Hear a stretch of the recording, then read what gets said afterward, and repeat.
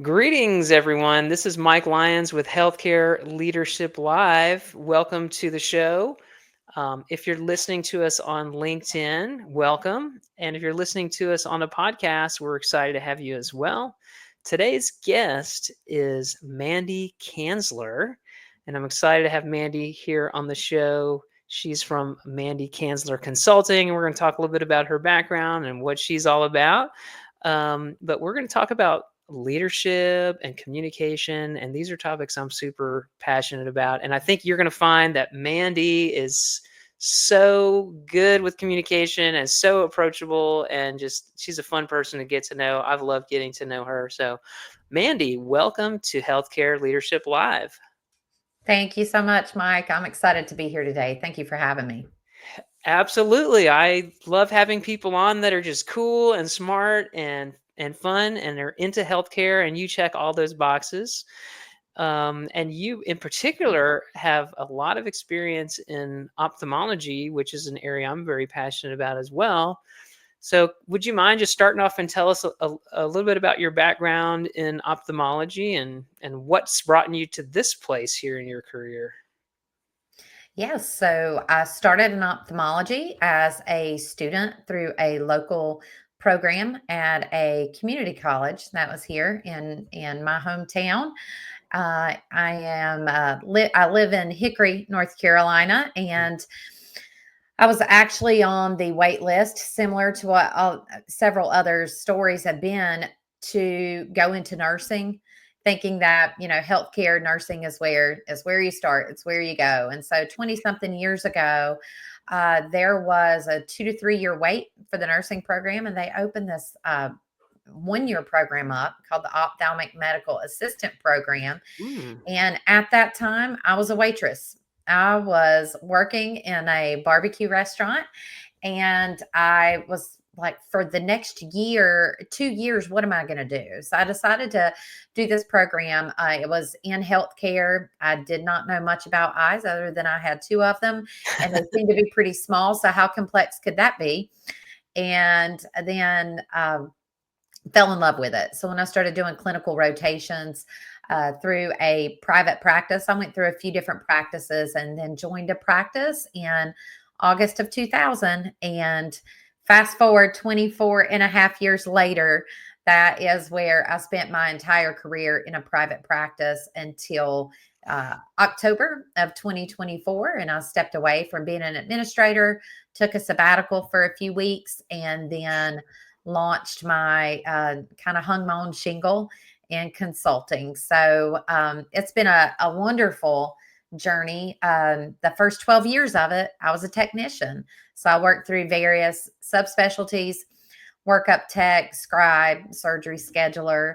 I was just hungry to work in whatever area of the clinic that I could. We had every subspecialty except neuro.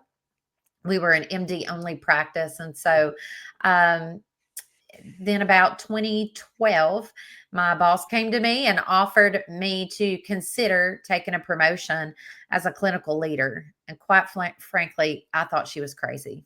I was like, there's no way. I'm a great technician, but I am not cut out to be a leader. I was so Mm. comfortable in the clinic, and she didn't leave me alone. She came to me a couple of more times, and we talked about what my reservations and what my doubts were. And I ended up hesitantly accepting the role, and I fell in love with it. And then I spent the last 8.5 years as the chief clinical officer of the practice. So I had a lot of opportunity to serve in various roles. So it's been a real journey.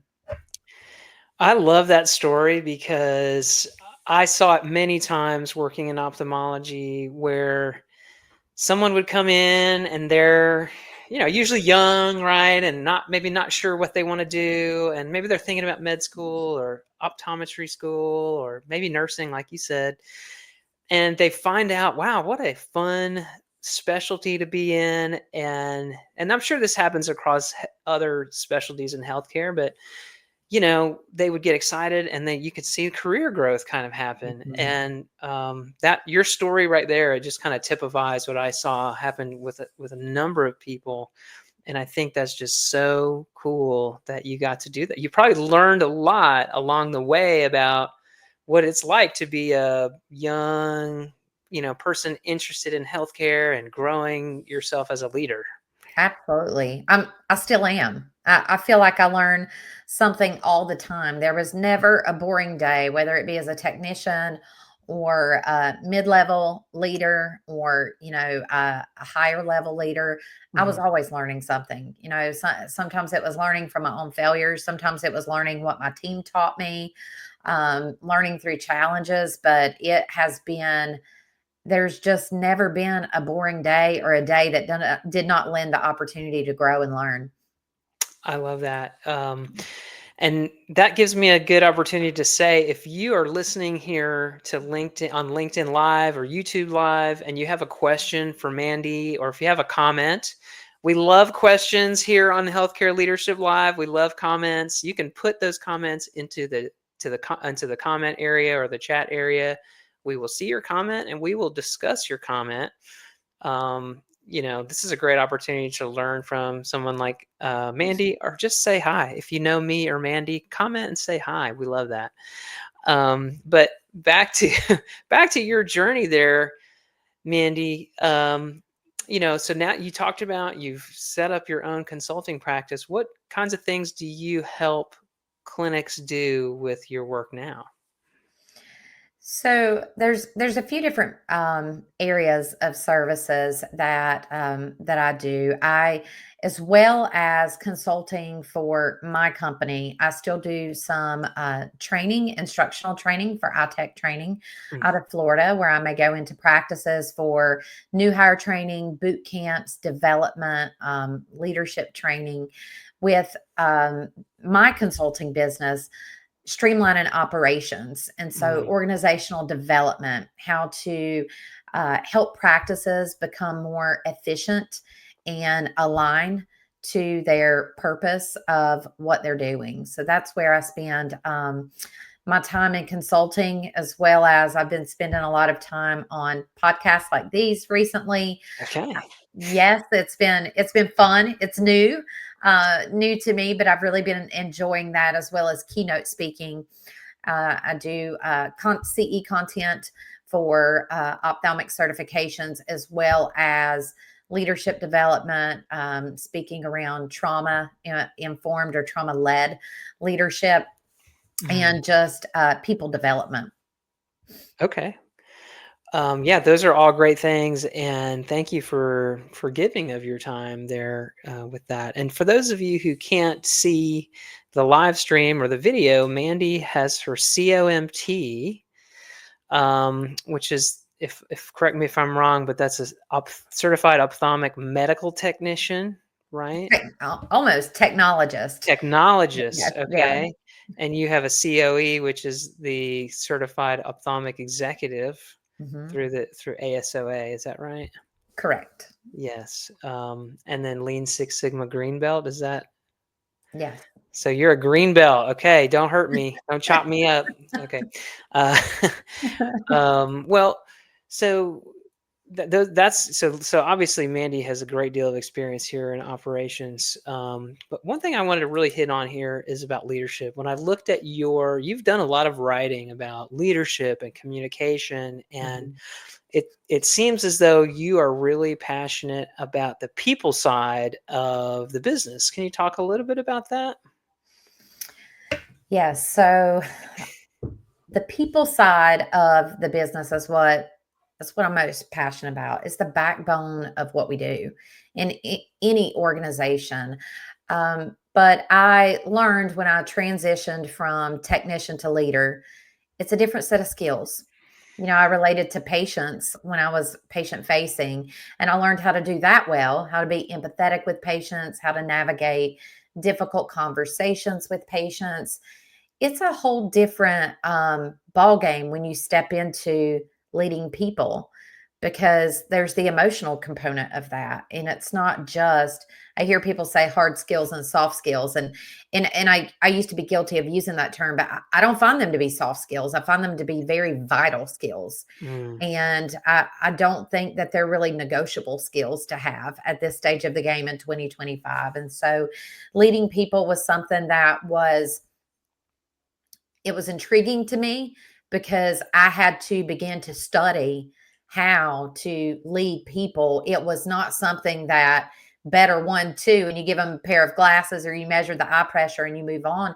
It was a different type of task. It was a different type of journey. And um, I'm still on that quest. So I've been doing this. I started studying leadership in 2016 after leading for about 4 years and wanting to understand better how to connect as we were having growth in the clinic and across multiple departments. I was over more than just the clinical department. And how do you navigate that? Because with growth comes change and questions and uncertainty with your team. And so I really started doing some research in 2016, reading books, listening to podcasts, exposing myself to experts in the field of how do you do what you do? You know, how do you lead the way that you lead, and wanting to be a better leader. So when you think about the things that you learned, what I don't know, maybe were there one or two sources of information or books or philosophies that really influenced you? Yes. So I'm not sure if you've ever heard, there were a couple of books. The first couple of books that I read that really stuck with me was Dare to Lead by Brene Brown. I Mm, don't know if you're mm, familiar with her. very familiar.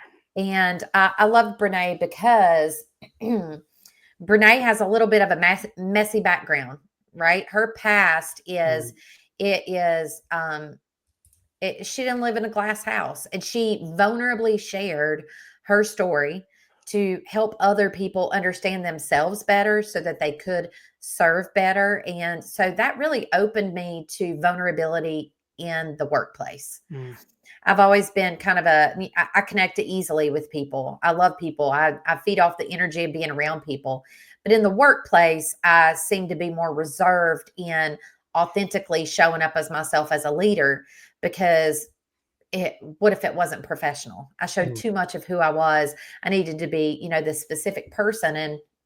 And so reading and listening to her podcast, I read a book, the is it the hospitable table? Welcome to the Table, the Okay. hospitable leader. Mm, If you've never read that book, and it was something that really was eye opening for me as well in terms of creating a welcoming environment that mm, everyone has a voice, no matter what their place is on that team, and creating that environment. So I think between vulnerability, defining what my values were, what my triggers were, how I mm. show up in situations, is really kind of where that journey started. I completely agree with, you've got to look inside yourself as a leader. And you talked about technical skills, and we're talking a little bit about emotional intelligence there, right? And those are important skills to have, as you said.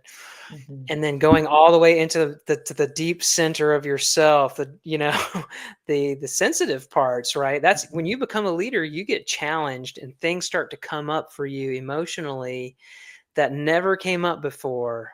I Mhm. think. Have you experienced that, or did Oh you yeah. experience that?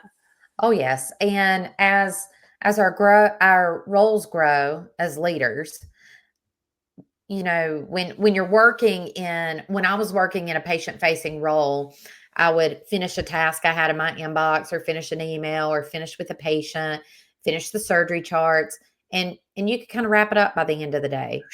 As a leader, the job is never done. It's always there. So if we're not doing the work on ourselves, we are taking it home with us, even if it's just mentally, Mm, and then you can't be present at home. And so I found that it was really hard to be mentally present anywhere because as my role grew, I was carrying more with me. mm, And I had to learn, what are my values when I start spiraling, or I feel resentful of how much I'm carrying, or things just feel out of balance for me. There's no work life balance, if you will. I learned that it's typically because I have either not protected my boundaries or I've not lived with inside of my values. And Mm. once I start living outside of my values, is when I can feel all of these other habits and behaviors and emotions starting to creep in. This show is sponsored by Seasoned Advice HR Services, where I help clinical healthcare businesses to make more money and save more money by hiring better, retaining better, and reducing your HR risk. If you would like an HR assessment or ongoing HR support, please reach out to me at seasoned-advice.com. It's so important to know your values. Yeah, know what you stand for. That's really profound. You gotta need to know what your organization stands for and what you personally stand for, and you're gonna be challenged as a leader, right? Are there tips? Like if there was maybe one or two tips, like, when you're feeling challenged as a leader, things that people can do, because I'm sure there are people listening right now that are going through that. They're in a leadership spot where they're like, oh man, I don't feel supported, or I'm having to do some hard things and I'm not sure this is working out, or I'm having self-doubt, right? Are there maybe is there maybe a specific behavior that people can do, you think, to counteract that? I think stepping back to identify with what your why is.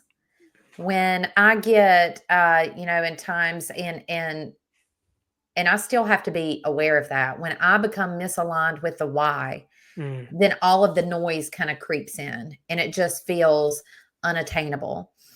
I would also say that if someone's feeling unsupported and that's what's causing some of the self-doubt to come in, share that. Share it with your leader in an open way. It takes trust and connection to lead our teams, but it also takes trust and connection for our leaders to be able to guide the way for us. We have to be able to communicate. And so, share when things start feeling that way, because it may be that your leader doesn't know. As leaders, we're not mind readers, and sometimes the pulse can feel off and we don't know if it's something personal going on in their life. So I would say communicate.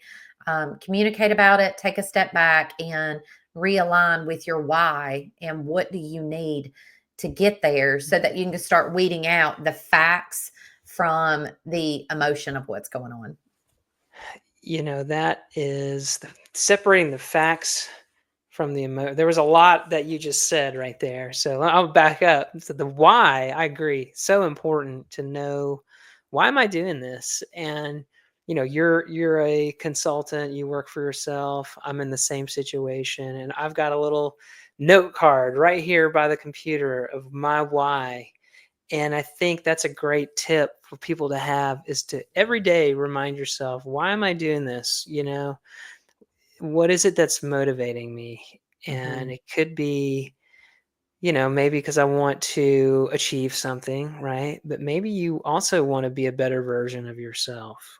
mhm. Or maybe it's because you want to be the leader you never had, or whatever the case may be. But remind yourself. And those are some of the, things that I think about. And then facts versus emotions. And I think I got this from Brene Brown, is what is the story you're telling yourself? That's right. That is I'm Brene.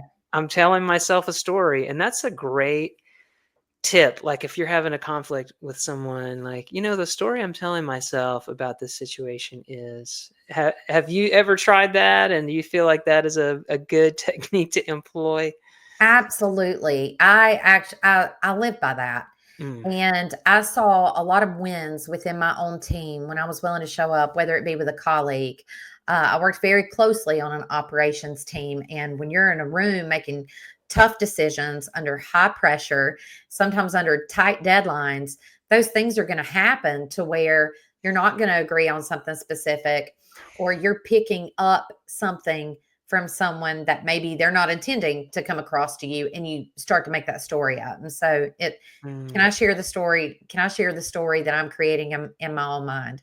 to be fair to you, I want you to know what that story is, and then you could confirm if it's real or not. And I found that to be really helpful. Yeah, my wife and I will do that with each other, quite honestly, and it's a helpful. It disarms the other person a little, just a little bit, because you're saying, I realize this might be just a story. And so I'm going to tell you that this is a story I'm telling I don't know if it's true or not. And so it invites that conversation. So it shows humility, I think, I agree. which helps a lot. Um, it seems like you have, in looking at some of your writing and the things you've talked about in your blogs, you're really passionate about helping staff grow and become, help them achieve their goals. Is that something that's been a big part of your career, and how do you feel like leaders can help their staff grow? Yeah, so it's been very much a big part of my career, and I think about you I want to give back. Mm, I've had some really amazing people that have invested in me. And when we talked about when I went into a leadership role, that was not something I even saw myself doing. And remembering that when we are looking for growth, you posted something about this week on LinkedIn, mm, looking internally before externally at times to offer that opportunity for growth. But many times we see the potential in someone else before they see it in themselves. mm, And our role as leaders is to get people in the right seats on the bus. And they may be doing what they're doing really, really well, but have they been doing that for 10 or 12 years? And how could they grow? How can you leverage what they have to strengthen your team? And so I think it is our role to identify what are the key areas, the players on our team that could be shifted around to really elevate themselves so that you can continue to move forward and grow. And then keeping in mind that somebody did that for me. I never probably ever would mm. have stepped outside of patient facing role because I absolutely loved patient care. And there was that part of me I didn't want to separate myself from that. And then I had to think the bigger picture is while I may not be serving these patients one on one by touching them individually in the exam lane, I am serving them through the people that I'm preparing to carry out that experience to improve year over year and to think of it differently. And so I think that it's that the biggest part of our job as leaders is how to work ourselves out of a job. How do you build somebody else up to know what you know and share that so that you can watch them thrive? And sometimes they move on. Sometimes they outgrow your team. And it's bittersweet because it's like boo for me, but yay for you. Because I've always said, if I keep an employee, I would want to keep them for the right reasons. And if I lose one, I want to lose them for the right reasons. So if it's the opportunity, then kudos, you did your job. And they stepped up and were brave enough to step through that door. Well, I can tell you are so passionate about helping people grow. Is there one thing, if I'm an administrator out there, and I want to help somebody grow or help my team elevate themselves in the way that maybe you got that same kind of help. What advice would you give to that administrator who wants to grow their team? I would say have conversations with your team when it's time to do an evaluation, an annual evaluation. Really talk about what are their goals. And, it's important to know what their goals are, but sometimes we have to outline goals for them as well so that they don't become complacent, just continuing to do what they're really great at. And that's a slippery slope. You can be really, really good at something and not realize that over time you're becoming complacent. So our role is to keep them engaged and to keep them challenged. Mhm. And I think having those conversations of what are your goals and being able to work backwards from that. If this is the goal that we want to be in, if in 2027 this person wants to be a clinic supervisor, or they want to be a clinical coordinator, they want to be a director of clinical services, then what are the behaviors and what are the skills that they need to work on and start working backwards. And if you want to be here by this time, what do you need to be doing right now? Mm. And how can I support you in that? I recently published a blog post about hiring a supervisor in healthcare and ophthalmology, and because that's a key time, right? Hmm. You're about to you need a new leader, and you're going to select someone, and so that's a key thing. What are the top one or two traits that you think practice administrators should be looking for when they're going to elevate someone into a leadership position? The top two, I would say, I'm thinking back, and I'll be the first to say that I've made a wrong decision in the past, more than once, of Mm, putting someone in a role that said all of the right things in an interview, and they had performed really well, but I needed to hone in a little more on character, because the number one trait that I have seen that does not work out, that is so important, is humility. mm, You can have someone that's excellent at all of the things, but if they don't have humility, then it's going to be a short lived journey in that role. So I think humility and the ability to pivot and change, because in the ophthalmology industry, along with really any industry, and healthcare is changing all the time. Our EHRs change, our vendors that we are interfacing into our software change. We have people that leave the practice, people that join the practice, doctors that retire, doctors that change the flow of their clinic. There are so many moving pieces that as a leader, they need to be willing to, they have to have, possess the trait of the ability to pivot and change. If change is something that's difficult mm. for someone, or that tends to stress them out, then they're not going to be able to be a leader long term. They're going to burn out and crash and burn pretty quickly, because if we do anything as leaders, it's constant change. Yes, and I agree with that wholeheartedly. Humility is such a key trait for a leader, because as a leader, you're never going to have all the answers. You're never going to have all the answers, and in fact, you shouldn't have you should be Right. tapping into the knowledge of your team and just kind of helping to shape that, right? And so that's a death knell if you're not humble. Um, those are two great things to look for. We had a comment here from Eric Hutter. He talks about how clear goals help keep people moving forward. And so you talked about, challenging people and saying, hey, how can we give you a new goal to hit? And that that can really help motivate people.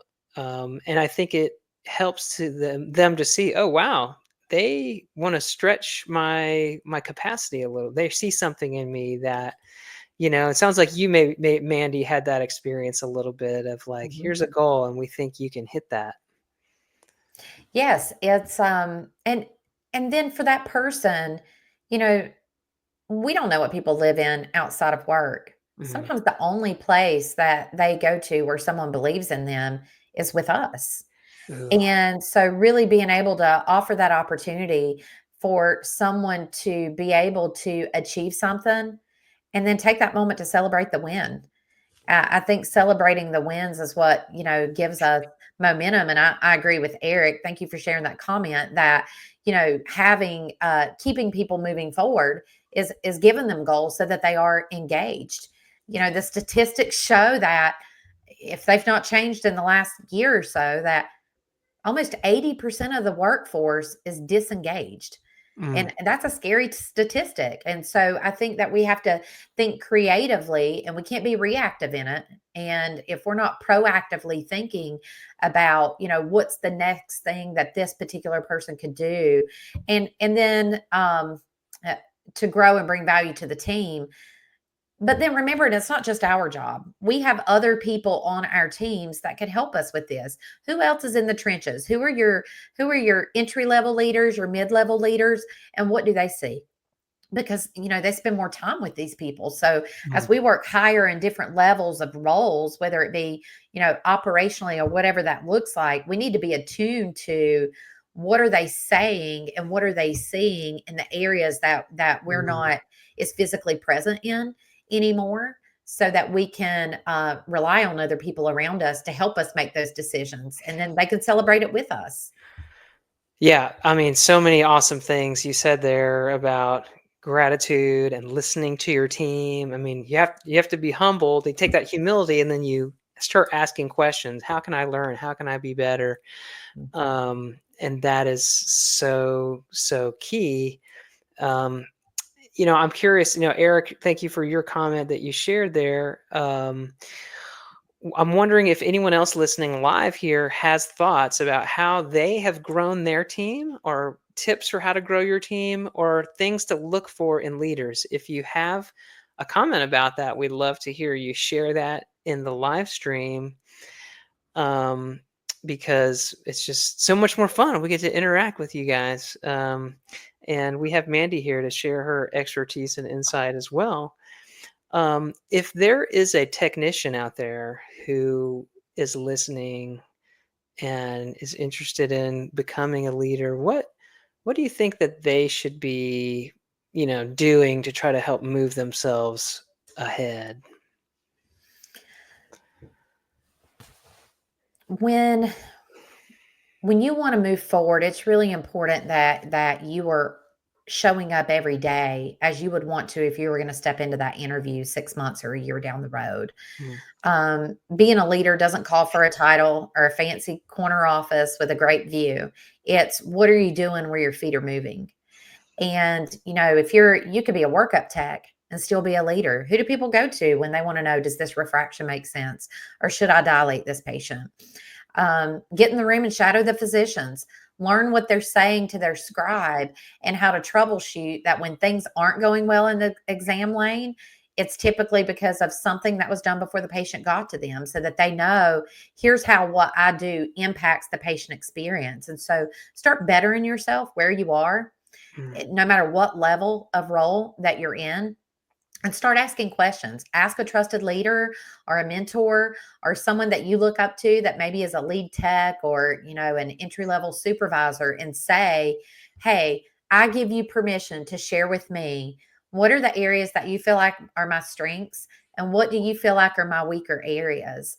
And, have that accountability with somebody, that you give them the permission to share that with you, because it's hard to just go up to somebody and give feedback unless you've been Mm. leading for a long time and used to tough conversations. But you're going to be more willing to accept that feedback and apply it to your life if you ask for that feedback.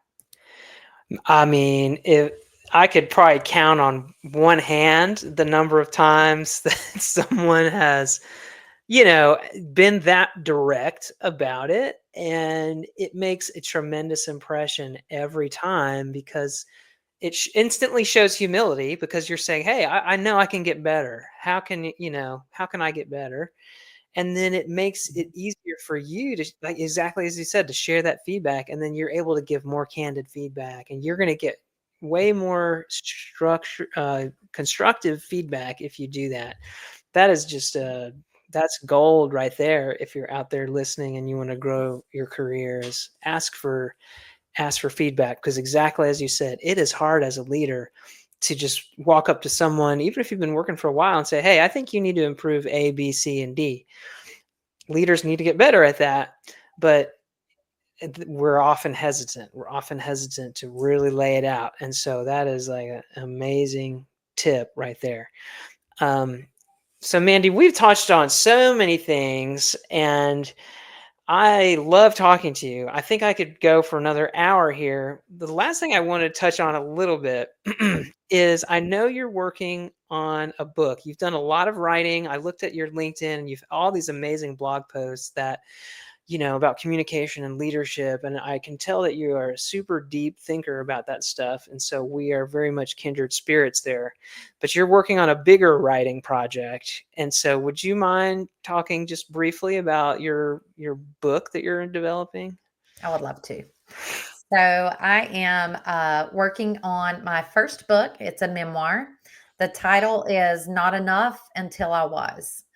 And it is a story that goes from my childhood. I was adopted as a child, and I carried questions with me throughout my life that I really honestly did not realize were impacting me until over the last probably probably around the age of 40. I'm just a little over 40, but probably around the age of 40, I really started noticing how anxiety was showing up in my life, and how not just personally, but I could feel it in how I would doubt myself. Imposter syndrome would creep in. I just had this constant question that, once I slowed down long enough to listen to, was, am I enough?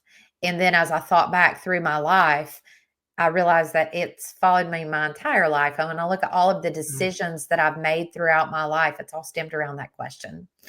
And so, we take our younger self, and even though we say we're going to leave our baggage at the door, it's not humanly possible. You bring who you are as your whole self into the workplace every day. And so I started doing some self reflection, and the last 10 months or so has really allowed me to do some deep dive reflection on myself. And so I am now ready to share my story of not enough until I was. And that led me into, areas of my professional career that were chronic burnout. And mm, where does that come from? I ended up at what many would say is the pinnacle of my career as the chief clinical officer. And no matter where I was in my career or my personal life, it just always felt like it wasn't enough. And it made me stop to think, where's this coming from? mm. Where's it really coming from? And how can you identify that so that, you can begin to unravel and heal, and then lead from a place of wholeness, so that you could show up as a different wife, a different mom, a different leader, a different consultant. And so it's allowed me the opportunity to meet a lot of really great people like you, and to connect with people out there, and for others to realize that they're not alone. I found that through this journey, that as humans, we actually have more in common than we have in differences. And it's been a really, um, that's been kind of an eye-opening experience to me, because we think that we're so different than everyone. Mm. And once you create a connection with someone, you realize that we have a lot more in common than what we think, and we're not meant to do life alone. And so I carried my story quietly for long enough, and I'm ready. I'm here for it. Well, Mandy, I am so excited to hear about your book development. And I think, you're the real deal when it comes to leadership and just vulnerability. Um, and so I'm so glad to know you. I'm so glad to have had you here. And I love talking with you. And I think we'll definitely talk again. So thanks for being with me today. Thank you so much. And I want everyone on here to send Mike a happy birthday. Today is his birthday, and he's spending part of it with us on this amazing podcast. And so, Mike, thank you for what you're doing in ophthalmology and the eye industry. As you're grinding out here, I see you every single day, and it's very rare that I connect with somebody and ask them, "Hey, have you connected with Mike Lyons yet?" And they say no, because Mm. they are. And if you don't create that hashtag of I ain't lying, I ain't lions. I ain't lions. I love it. But this has been a lot of fun. I've really, really enjoyed it. And I've learned a lot from the previous podcast. And man, you just had some stars on here. So I've had a lot of takeaways over the last few months. So thank you for what you're doing. Well, that brings this episode of Healthcare Leadership Live to a conclusion. If you enjoyed this episode, please subscribe to the show on your podcast app and share it with someone who would value the content. I promise to bring you more guests and content to help make you a better healthcare clinical leader.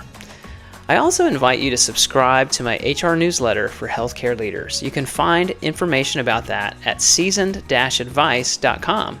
Now go out there and lead with confidence.